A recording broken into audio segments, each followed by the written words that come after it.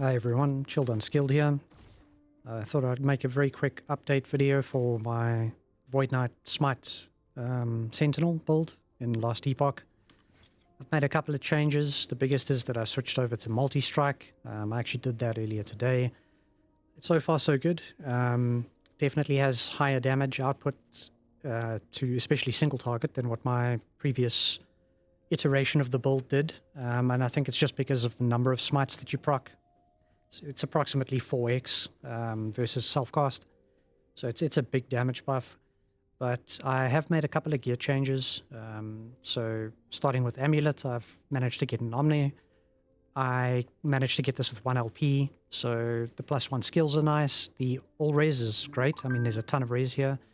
And then I also managed to throw on increased spell crit strike chance. So that's been great for damage overall. I slotted a Siphon of Anguish ring. This one was for the void damage leached his health, and then the 3% extra move speed doesn't hurt. Unfortunately, 2 LP, this one hit the spell damage but missed the crit strike chance. It hit crit strike avoidance, which isn't terrible, but I do need to... I've got a couple of other 2 LP versions of this. I just need to find a base that I can use to try and get the stats on the others that I want. I switched out my belt. So my previous belt was just a standard belt. I actually think it was this one here. Yeah, it was this one. And I thrown on Brewmaster's Buckle. This is for the max endurance gained from your health. So basically 10% of your max health gets added as endurance when you use a potion. And then it comes with a high vit roll, which is nice. Bearing in mind we do scale Smite off of Vitality. And then the 19% increased endurance is really helpful.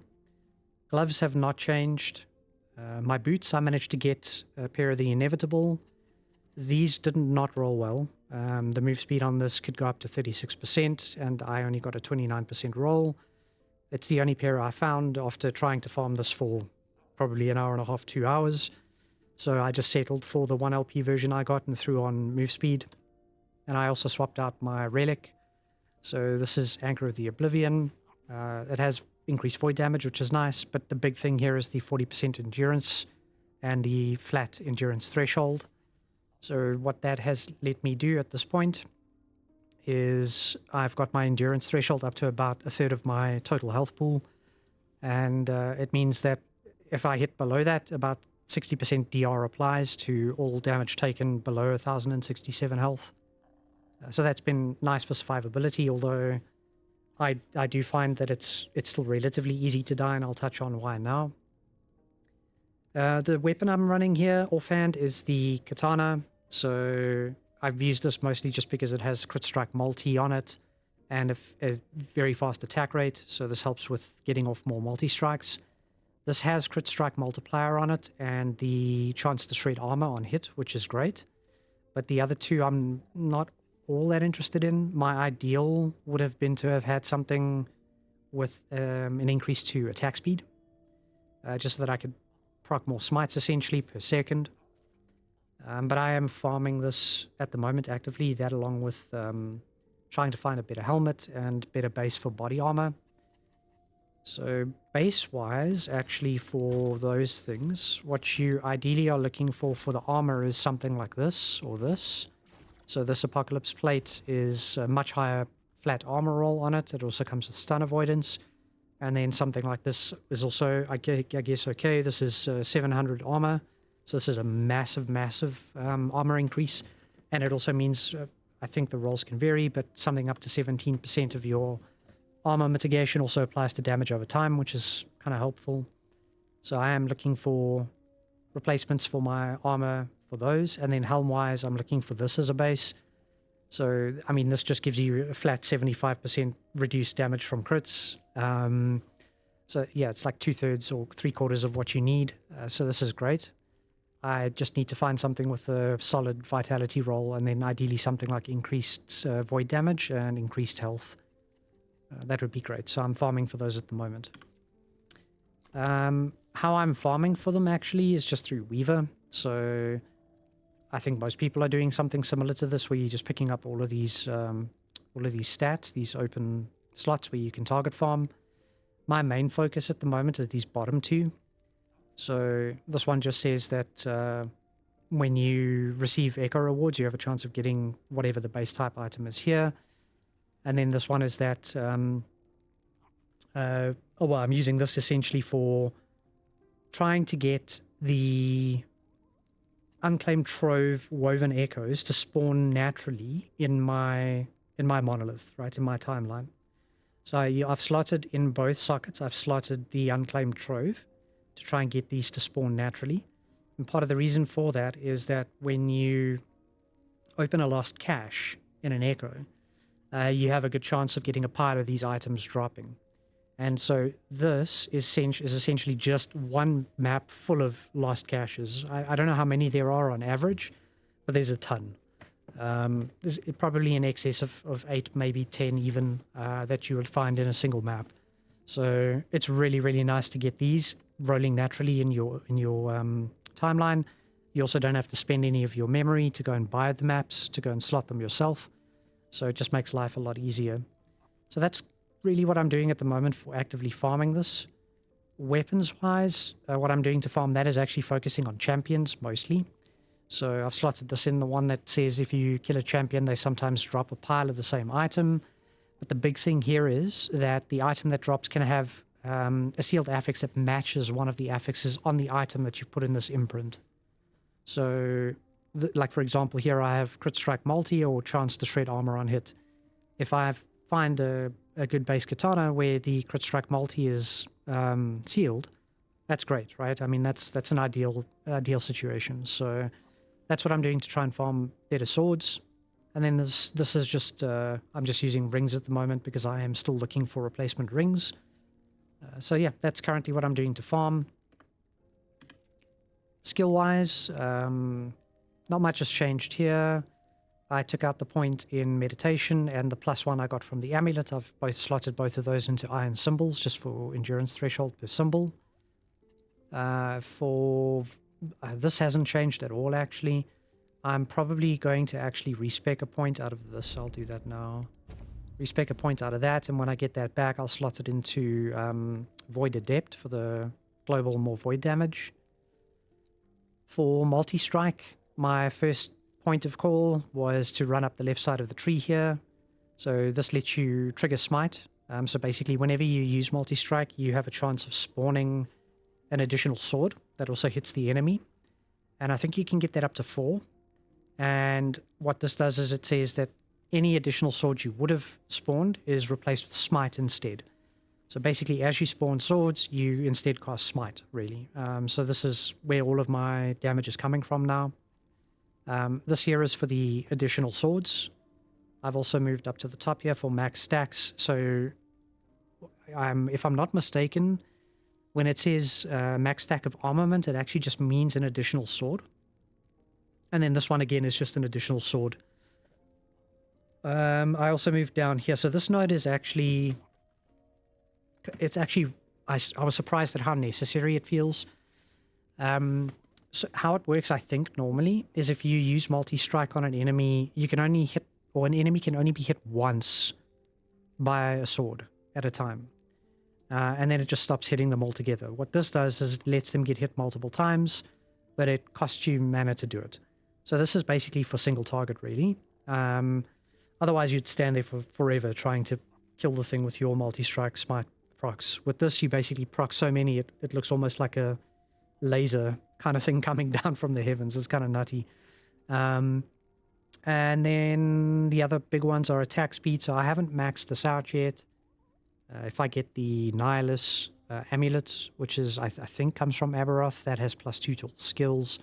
I'll add the extra point into attack speed here.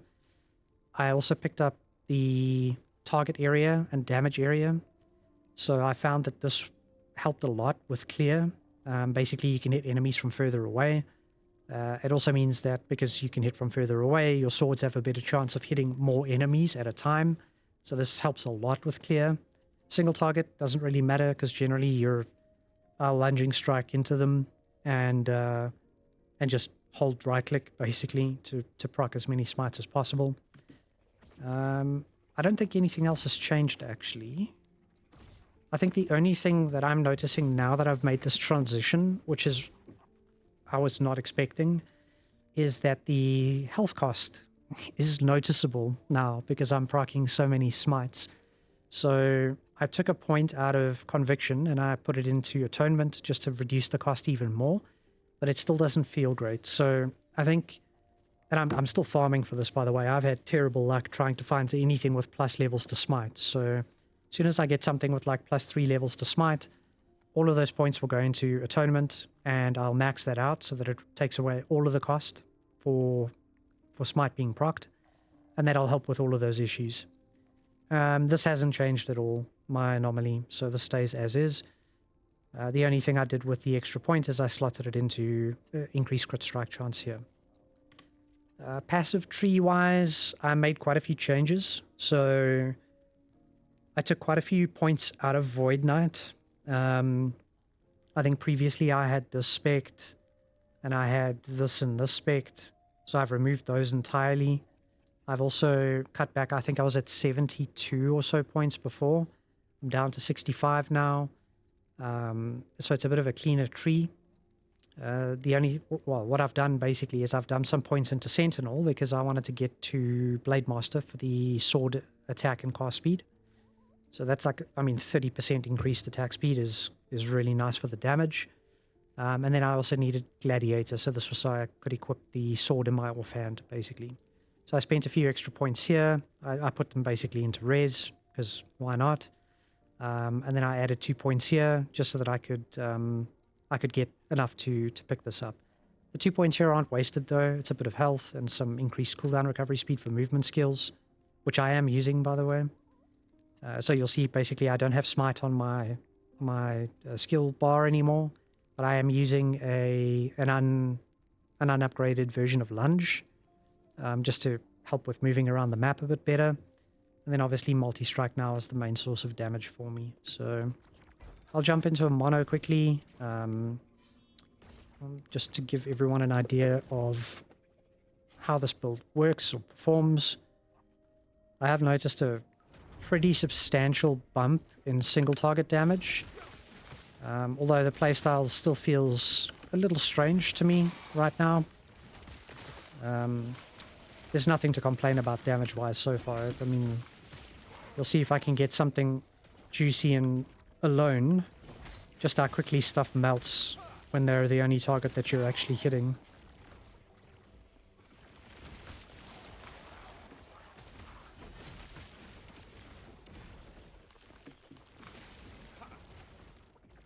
Now, this is going to be one of those slow maps.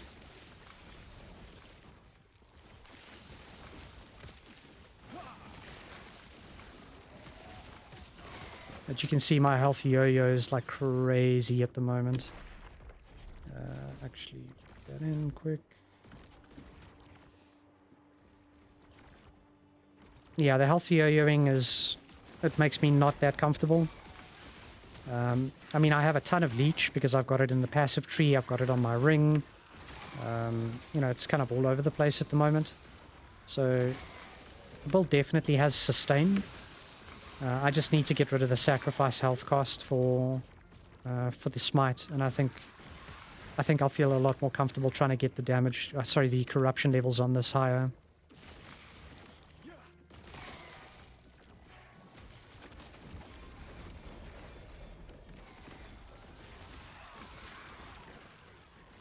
See if I can find a, what do you call it, Nemesis. I have them guaranteed to spawn in here. No. Okay. We'll just carry on.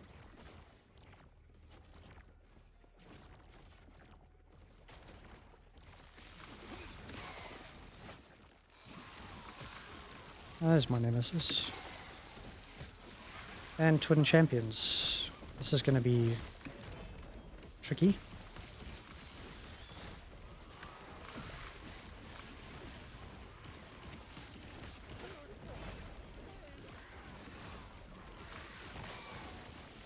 Yeah, you can see that the damage is pretty good.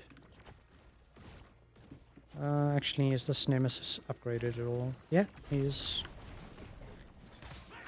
So you get an idea of the single target here. It's pretty solid. Decent boots.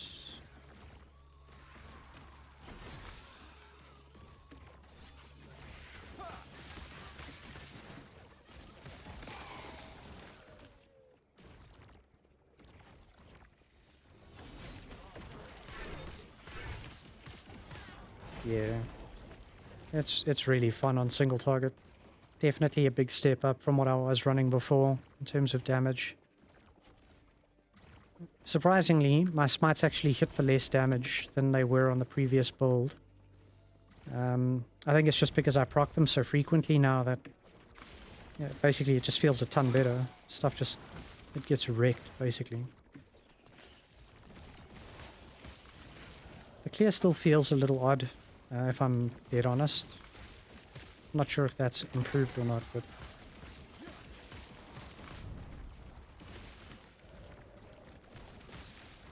yeah. That's the build. That's how it looks.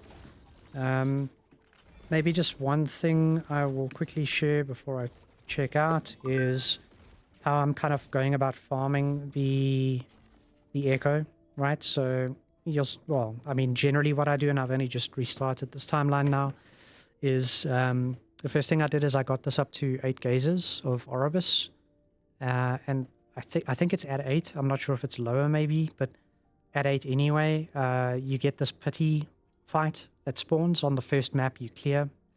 So basically, I have a free reset here whenever I need it. And then if you combine that with the note on the passive for Purged Horizon, that just says that when you kill a shade, it no longer grants corruption in your timelines.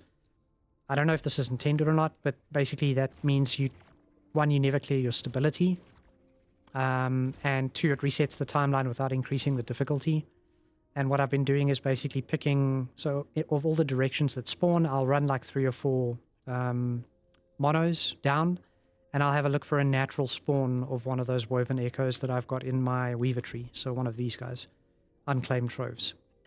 And if I find one, the likelihood is that any of the other lines will also have spawned some potentially. So I keep running that to just run through all of those. And if I don't find any 3 or 4 in on each of these legs, I basically just reset the timeline and go from there. So, I mean, maybe I'll do that quickly so you can have a look at what the Shade of Oribus fight looks like with this. It's definitely a little slower than some of the stuff we did now, but it's still pretty respectable.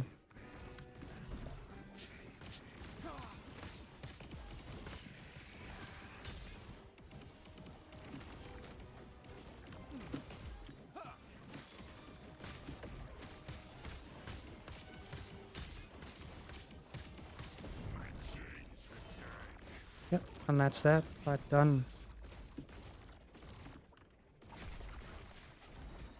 So yeah, I think even with the build in its current state, I could definitely do higher corruption. I think the damage is there. My main issue at the moment is survivability. I still find myself getting very close to dying or dying occasionally. Normally it's my own stupid mistake, but it does still happen from time to time.